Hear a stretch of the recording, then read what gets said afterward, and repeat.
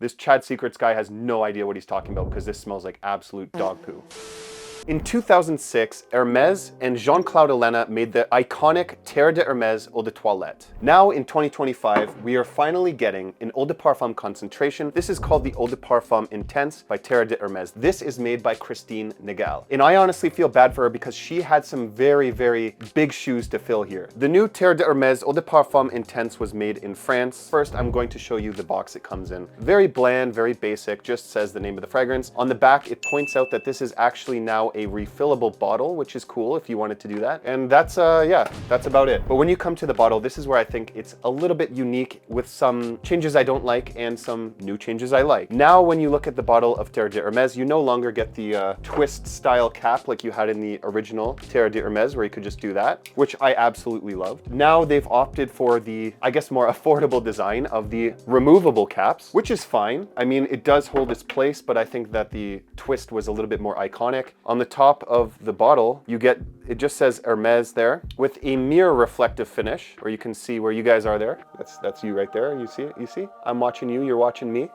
With that aside, this is 100 milliliters. My batch code is found on the bottom and it is 29631. A very, very fresh batch, by the way. So now with all that being said, this is not the most affordable fragrance. If you wanted to buy it new, it's around 100 and...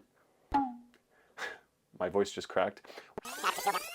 If you wanted to buy it new, it's around 185 Canadian dollars for the 100 ml. You can also get 50 ml or 200 ml if you're a fragrance addict. And I assume you probably are, like me. But I definitely recommend shopping discounters because I had to grab my trusty electronic device. You can get this for around $159 on discounters. If I find a link, I'll leave it in the description, most likely on Fragrance Buy. So all of the things I mentioned, so cool, Chad. It's so cool for telling us about the history of Hermes. Get to the point. What does this fragrance smell like? So the listed notes on Fragrantica are top notes of bergamot and black pepper, middle notes of coffee and licorice, and then base notes of woody notes, lava, and stone. I know that they kind of confuse the notes a little bit because I know it's supposed to be not lava and stone, but lava stone. That kind of gives it a more mineralic, kind of rocky smell. This fragrance is going to be extremely divisive. I'm telling you right now, a lot of people are not going to like this, but the reason I think that this is great is because Hermes and Christine Nagal tried something new. They didn't just try to flanker the original Terre de Hermes, because that would have been met with mixed criticism. They respectfully did this by not changing the DNA. This one is more dried out kind of wood and smoke. Like, this is very, very earthy. Yes, you do get some kind of citrusy cleanliness from the bergamot in the opening, but this coffee that's in here doesn't really give it a coffee-like note, in my opinion. This is more like, if you think about the smell of instant coffee, it kind of has that like powdery, slight coffee edge, but the licorice comes in here and gives it this almost black licorice and like a woody edge. I think it's more like licorice root or something like that. I really respect what they did with this fragrance because they tried something new, and whenever a company does something like that, I commend them. You could probably spray this on and just be like, this Chad Secrets guy has no idea what he's talking about because this smells like absolute dog poo. Like, I'm telling you, this is not for everyone, so please sample this, okay? In my opinion, with scent profile alone, it doesn't really compete with the original Terre de Hermes. The original Terre de Hermes, I still like a bit better because it just gives that masculine freshness with a little bit of character with the added woody, kind of earthy vetiver, stuff like that. It has so much character. This one is very charismatic as well, don't get me wrong, but I do like the original better. Originally, when I smelt this, I really was reminded about like when I open like a pre-workout and there's just this like powder coming out of it.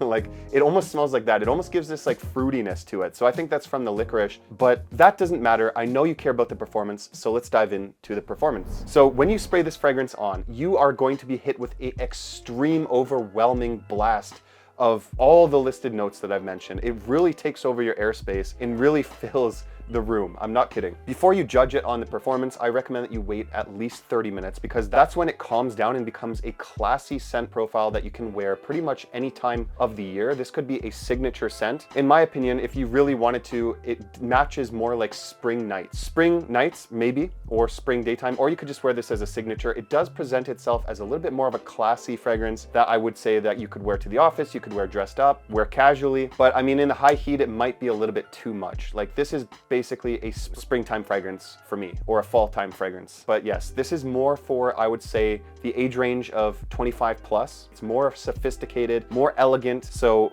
go into that accordingly. If you're a young man who likes sweet designers, this fragrance is definitely not for you. Now we got to talk about how this fragrance projects, how this fragrance performs. So like I said, this fragrance is very, very powerful and overwhelming in the opening. You could probably choke yourself out with this fragrance if you overspray. When you spray this on, after about like that first 30 minutes to an hour, it sits comfortably, like I would say a foot bubble. It kind of stays that way for about 4 hours, and then it starts to die down into a little bit of a skin scent territory around, like, let's say 5 to 6 hours. It's gone off your skin 6 to 8 hour mark. The only mark I would say that I take away from this is in its performance. A lot of people are going to go anosmic to this fragrance. I was heavily anosmic at first. When I first sprayed this on, I was like, do I even smell something? Like, I had to give it a second. I edited a lot of my first impressions out, but then I started to smell it and I was like, oh, okay, that's weird. But one thing I noticed about this fragrance, it does something so weird. Like, when you spray this on, you'll stop smelling it after like an hour, and then like 4 hours later, you just get hit with a blast of it. You're like, whoa, whoa, whoa. And you start like hunting it down. You're like, I can smell it clear as day. And then like after like a minute, it's gone again. The sillage to this is quite nice. Like, when you walk by someone, they're gonna smell you. I think it's super classy. It kind of wears like a parfum, performs like an eau de parfum. I do wish that it just projected a little bit more. I highly recommend that you sample this fragrance, but before you do, let me give this a scale of 1 to 10. The new Terre de Hermes Eau de Parfum Intense for me gets an 8.5 out of 10. I love what they're doing with this line. I think that Christine Nagal did an amazing job with this fragrance. I commend them for doing that. I commend them for being bold, and I cannot wait to see what Hermes does next. If you want to see my original Terre de Hermes Eau de Toilette review,